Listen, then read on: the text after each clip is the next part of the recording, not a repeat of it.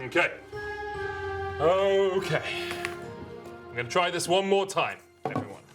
We've done this before, and I tried to make it simple, but apparently it was too complex for you to understand.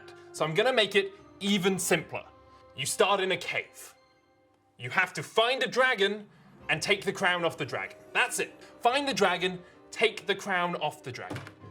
We're gonna start with the four of you, okay? Vitality, XL, BDS, and G2. I mean, Team BDS, no one's even heard of them. I've never played them before. You did actually play them last week, but they didn't put up much of a fight.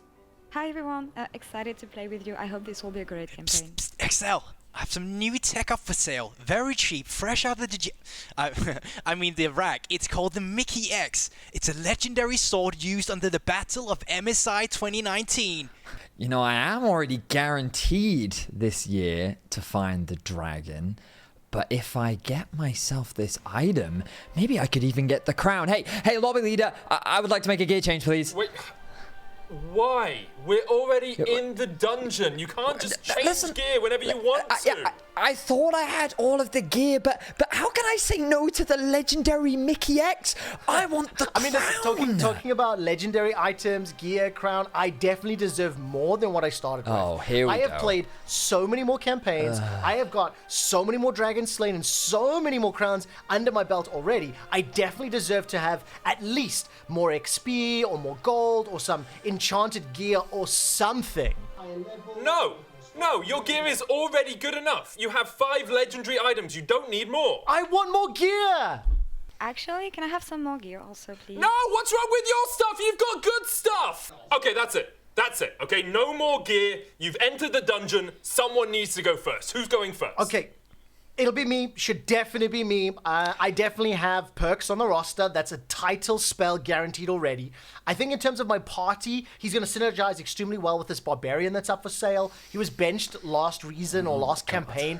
It was probably just a clerical error. I've got a fighter that's got a fear of ghosts. I've already got a strong ranger and a strong cleric. So I think they're all going to synergize really, really well. Dungeon Master, you can hold on to that uncle buff. I'm not going to need it for this part of the campaign. Sure. Just roll the die. Okay, and it's a 1. Okay. You're about to die. Both your legs have been blown off. You've not even seen the dragon yet. You have to roll a Constitution save just to survive walking through the door. Okay, that's another D20. I got this. 17. Yes, that has to Okay, work. that's safe. Classic Vitality. You should have let me go first. I was always destined to find the dragon and wear the crown. With my legendary Mickey X in hand, there's no way I can falter. Hang on. This is still pending lobby leader's approval. I haven't got my money yet. Okay, great. I don't approve. You have to wait a full week until you can use Mickey X in the campaign. Well, it doesn't matter. I'll win anyway. I roll. Oh, wait, okay. Let me just, I just need to get an expert on the line. Yeah, Okay. Cadro, mate. XL rolled a 7. Is that? Yeah, I did. It's 1 short, I'm afraid. What? 1 short XL, No. as per usual. No. A life message to you once again. You die. What? But I didn't even get to use my legendary Mickey. Whatever. This game is stupid. I'm done. I'm out. I'm done. Now, I'm done. that's out of the way. It's my turn to find the dragon. I roll. Okay, what'd you get? Have a 6. Okay, well, unfortunately, it's not high enough, BDS. You die as well. The dragon's found you. I'm really sorry. What are you talking about? The spirit of kickoff will never die. We are here to conquer. I have the French prince. I have magical grabs drafts. All the dragons will fall at my feet. You can't kill me. I'm invincible. Yeah. Excellent. Okay, thanks to the great sacrifice of Team BDS, the dragon has shown its face. What are you guys gonna do? Vitality will go first, naturally. I think we're going to use our perks buff. This is definitely something that saved so many campaigns and characters before. I mean, it even got Cloud9 to the dragon and the crown, so that's got to be all we need. Wait, it says the perks buff here adds 200 points to any roll? What the hell? Yeah, naturally. Yeah, I mean, all we needed was time for the perks buff to kick in, so Vitality thinks we're all good? Yeah, I guess so. With the help of the perks buff, you slay the dragon and you claim the crown and you reign over the LEC. Hang on. Since Perks is my closest friend, and obviously my son's favorite uncle, I believe I'm entitled to a percentage of the price, a reward for my effort, if you will. Perks is mine. Remember, you sold him to me. Yeah, but there will always be a place for him on my campaigns, and I do believe I sold him for a reasonable price. Reasonable price? We haven't even found the world's dragon yet. We're and screwed. You add a clause that I'm not allowed to use the Perks buff against you. Nonsense.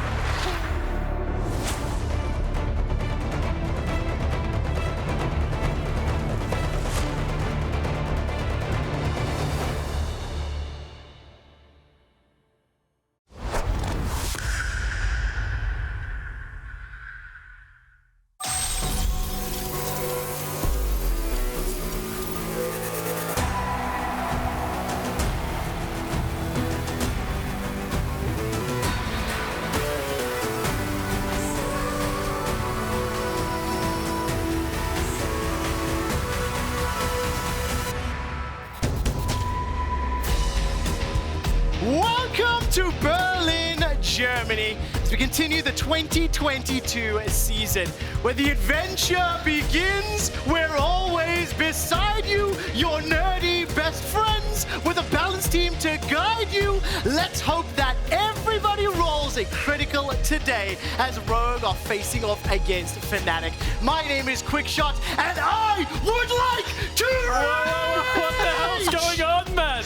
I am so excited for another campaign. Welcome, Kajol, and welcome to the show, Dagger. We get to see your trousers. I know, I actually exist from the bottom half down. But yeah, I'm here to see if the freshly cut grass is greener on the other side. It absolutely is, and as the Vox Machina of the group, let's talk about What's going some on? of the big news first and foremost. XL have acquired the former G2 support Mickey to replace Advienne in their support position. There's been a lot of discussion around this move, but I'm excited to see what Mickey can do for XL. Yeah, XL really strong early games. It was the mid to late game where they were faltering, and this is the hope that Mickey will bring the mid to late game decision making for XL to make sure those dragon fights are cleaner. But it is kind of sad to see Advienne go, right? I actually think that they were really improving, especially at the end of week 2. They looked pretty damn good. It looked like they were kind of starting to bring things together. So I think, yes, Mickey X can come in. Maybe he can shore up some of that big game, but it'll be curious to see if he can actually have as big of impact linking up with Marcoon as we saw with Advienne. Yeah, definitely need to find some jungle support synergy, especially when teams have already been scrimming for 4 to 5 weeks. You need to catch up, make sure Mickey's back in it. Probably hasn't scrimmed for a while as well, given they didn't make Worlds, of course, but he's a Worlds finalist. Of course, it's a no-brainer to have someone like that on the roster. When I think of Mickey, do I think of decision-making, kind of alpha, let's do this, guys? Yeah, not so much leadership, I would say, but still incredible experience. I mean, he also said in an interview that his goal is to fix these challenges. So this gives us something really to focus in on and to measure whether or not XL can make those changes. To hear a little bit more about this roster change, Law was joined by the head coach, Youngbuck, earlier today. Thanks, Quickshot. And Youngbuck, thank you so much for joining me ahead of your game today. Obviously, there's been a lot of attention around XL this week and the fact that you picked up Mickey. I want to talk about the reasoning behind this decision and also the timing to pick it up after week 2. Yeah, so it's a very unique situation because we weren't looking to actively change the support position. We were quite happy being together as a team.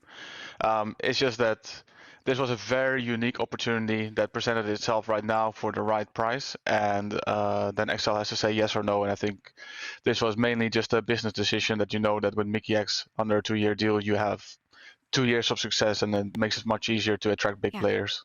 It is fairly understandable given the caliber of Mickey and what he achieved in the past. But I'm wondering, how do you think it's going to be the right play? Because Advienne had more time playing with the team, but on the other side, Mickey, as we know, has so much more experience, especially on the international stage. So how is it the right play for XL?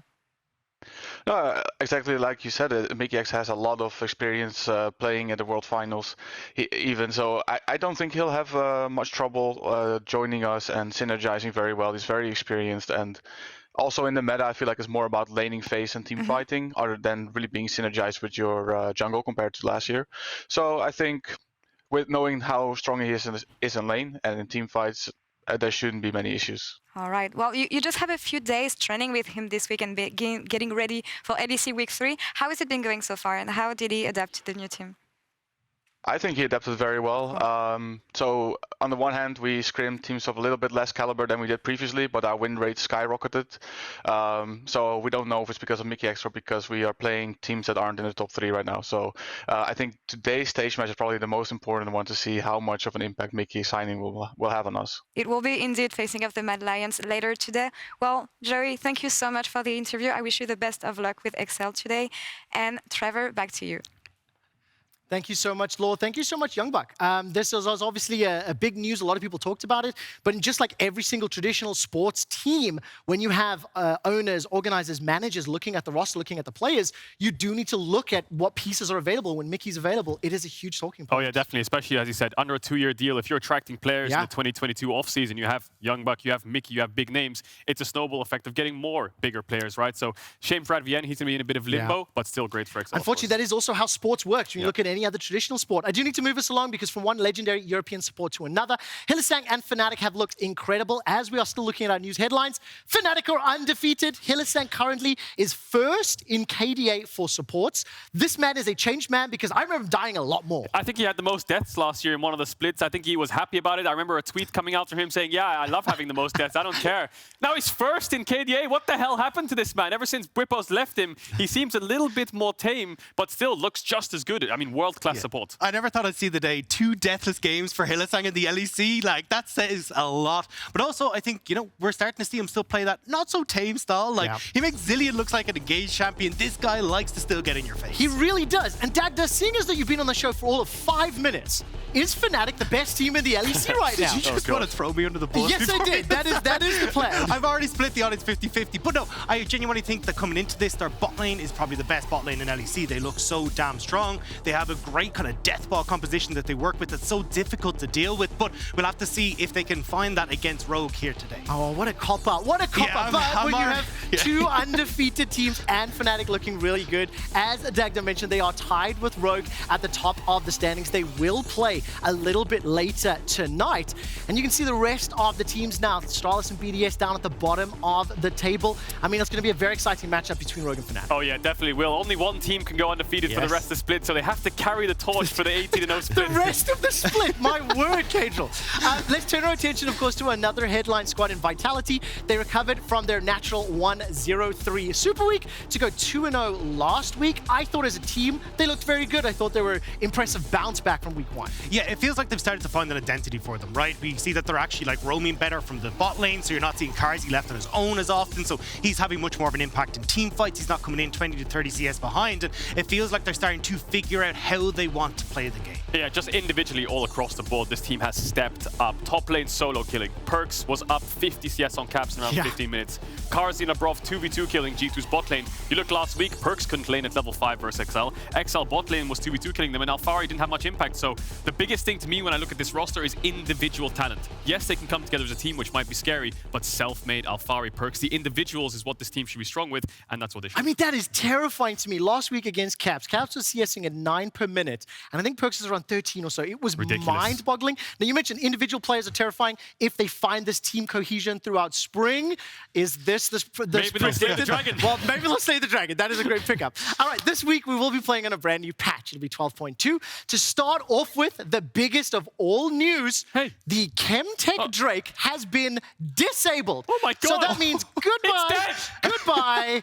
F's in the chat for Chemtech Drake. We are saying goodbye to that one. I was going to say, not even worried about it. I just want to get rid of it. Actually. No, I think about it. Good riddance. Well, there we go. AR Dragon is taken down. I do want to be a little bit more serious and take a look at some of the champion and item changes coming into this week. There have been a lot of changes, and the main ones on your screen are ones that we were talking about and looking at for the professional play. So what are some of the summaries of the big changes, maybe starting in the bottom lane? Yeah, start with bot lane. Janna, we saw it in the LCK already. Glacial Janna was played, and Janna changes were kind of interesting. The champion overall is different. When you think of Janna, it's lane oppressive, it walks up to you and pokes you with W in lane, has a lot of movement speed and runs around the map.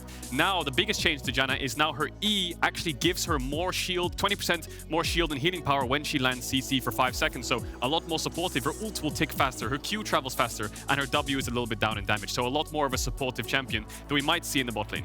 Yeah, I'm kind of looking from one annoying bot lane champion to another as we look across. Like Senentam potentially making a comeback, because when you look at the TK buffs that came through where he's got more shielding coming through, and his ultimate, he's also got that 40% speed buff. He works better in that 2v2 lane as well. I think that's just going to be so oppressive when paired with Senna, who got that minor buff as well. And it just feels like that's going to be such a strong bot lane for you to be able to take over with. Yeah, so just for people at home, Senna Q now slows you. Tahm Kench Q actually slows you even more, so much slows from this bot lane. We saw success on it in the LCS. However, this bot lane will struggle into 2 range champions. We saw it in the LCK, Senna Tahm Kench against Caitlyn Lux. The Tahm Kench just can't hit the creeps. He can't farm because it's a fasting Senna, and double range makes it so difficult for them. Unbench the Kench, unload the Toad.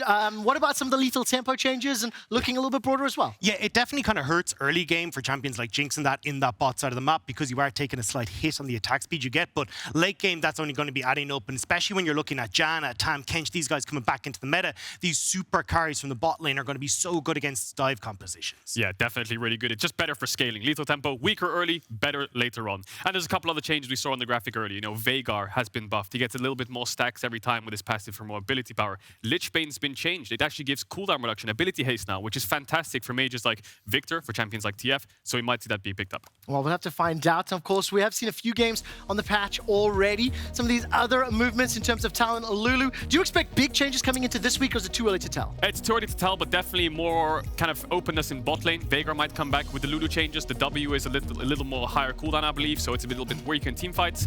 Talon's clear is pretty much dead now. I think Talon jungle is going to be very difficult, and the Chem tank got changed. Yeah, I mean, we still see Chem tank coming through quite a bit. The big one is going to be that Akali pick, but we're still seeing it come through. Not as strong as it used to be, because it used to be able to Q, auto, E back, E forward, and auto would get 2 procs of that Chem tank in. That's not going to be the case, but it's still an incredibly strong build. And the last time we saw Veigar was at Worlds. I believe Nemesis was solo killing FLICKR. You know, Veigar is just a good safe answer to these aggressive picks. I mean, it's more of a mage-orientated meta, so maybe Veigar can slot himself in, and he has fantastic skills. Oh, I'm very excited to see what happens in the drafts and, of course, in our games. Before we get to that, though, I wanted to play a game with my analyst, because anime versions of all of our favorite games seem to be the theme today. The current meta also features a bunch of champions from Arcane. Well, this is, of course, the League of Legends series on Netflix. So I decided to hold a very small quiz, the Arcane game show. You at home can participate as well. Head over to discord.lec.gg and vote for whatever you think is the correct answer. Now, I said I made the game. I actually don't know the questions or the answers. This is new to me as well. Great. Yeah. So we're going to start this off with an easy one, apparently.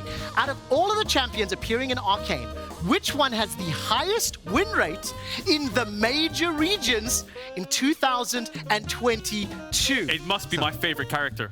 Victor. Okay, so he's going Victor. I don't know. See, the more they're played, the worse they end up being, because bad teams play them. Hey, don't diss Victor. So we got Victor. I need an answer. I need an answer. You give me your answer really quickly, because I'm going to go with Echo, because I can't see him playing off. We got Victor. To reveal the answer, our production team has prepared a very special clip. Let's play this clip out. Big brain. What is this? Is the Singe going to win the game? Is the Singe going to carry the game here? What? Oh my god, this is my stream! I also would like you to know that not only did Discord get the answer correct, but Singed was actually forgotten to Cajal. I was running my analyst through which characters were in Arcane, and even though it's your favorite show ever, you forgot Singed was in the show. That's not fair though, because he has like one game, 100%. Okay. It counts. That's how it works. To make us look Statistically bad. the best. Anyways, next question. Let's get to some main characters here. Caitlyn is the Arcane champion with the most bans in the LEC, being banned 21 out of 25 games. But there is only one team that has banned Caitlyn in all 5 of their games. Which team is it? SK, Misfits, G2, or the Mad Lions? You're going Misfits? I actually looked at this earlier on. It's Mad Lions. Kaiser likes their own. Someone research, someone research, and the answer is going to be the Mad Lions. Congratulations to our guests. Do you not cast this? Not only, I thought you know. the birds. Not only did Cajal get it wrong, Discord, Take us out at Worlds and then come over you guys suck as well. You got it wrong as well. All right, which Arcane champion has the highest average damage per minute in the LEC Spring 2022 season? Caitlyn, Jinx, Victor, or Jace? My second favorite character, Jinx. I like, oh crap, was Jinx. a great answer from Dagda. Give me a champion name. I'm going to go Victor, because an LPL mid laners do more damage. Production, the answer is... It is Jace. All 3 of you are wrong. How can anybody not vote against Jace? I would have gone Jace or Corki. Of course, Corki's not in. Okay, wasn't my favorite character. Okay, finally, I think I have one more question for you. It's time to get to Jinx or Powder. She is the most picked champion in the LEC Spring 2020 so far. But how often has she been picked? Dagda, you better have your prep. 13, 16, 19, or 22 times. Also, there's apparently bonus points I got it. for whoever blindly predicts The win. Oh, the win and loss. Okay, the win and loss. So, how many games and win and loss? She's been picked 16 times and 16? she's won 11. She's 16, 11, 5. I'm gonna go 90. Okay, Dagda, you already suck. You've got 11 and 5 as the win-loss. Yeah. The correct answer is 16, and the win-loss from production, it is 9 and 7. That's you were not so bad, close. though. That's no not bad. questions. As the only question you got right, Dagda clearly wins this one out. I'm gonna watch thank Arcane you very again much tonight. for playing our Arcane quiz show. Let's move on with the show because Rogue and Fnatic are the only undefeated teams so far this year. They will fight later tonight, become the first team to go 6-0 since G2. And transition is it.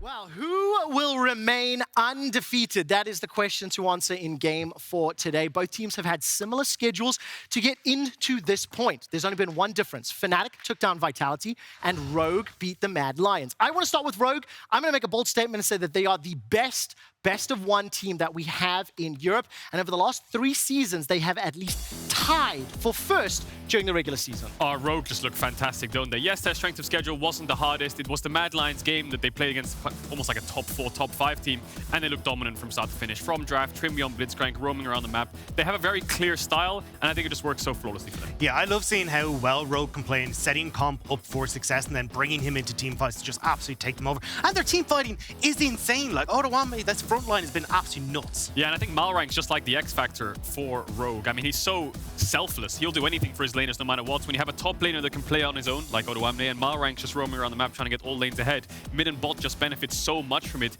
Even Trimby's able to move around the map. I mean, Trimby's definitely one of the highlight plays for me this year. When I think about Rogue, I think about consistency, I think about the regular season, the ability to perform, and frankly, I've been very pleasantly surprised by the players this year, especially with the roster substitutions.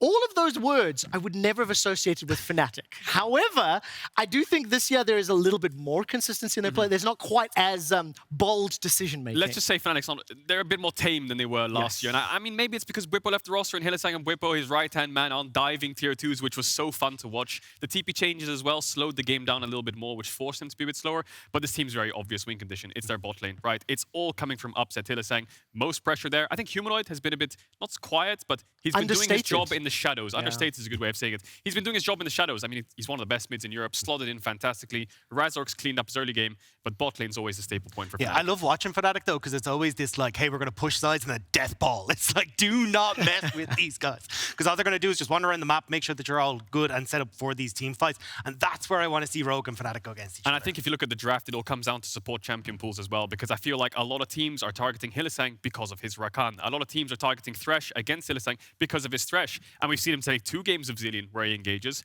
Trimby's been laning to more dominant style champions / supportive with Jinx and Lucian, with Nami and Lulu pairing together, and then Blitzcrank as a counter pick. I do think both these players have the exact same champion pool, and they probably have very wide champion pools. It's just, I think Thresh and Rakan will be very high prio. Yeah, I think it's really interesting though, because it is slightly different, right? You get Malrang, who's kind of working supportively with Trimby to kind of act as a, well, second support for the bot side of the map.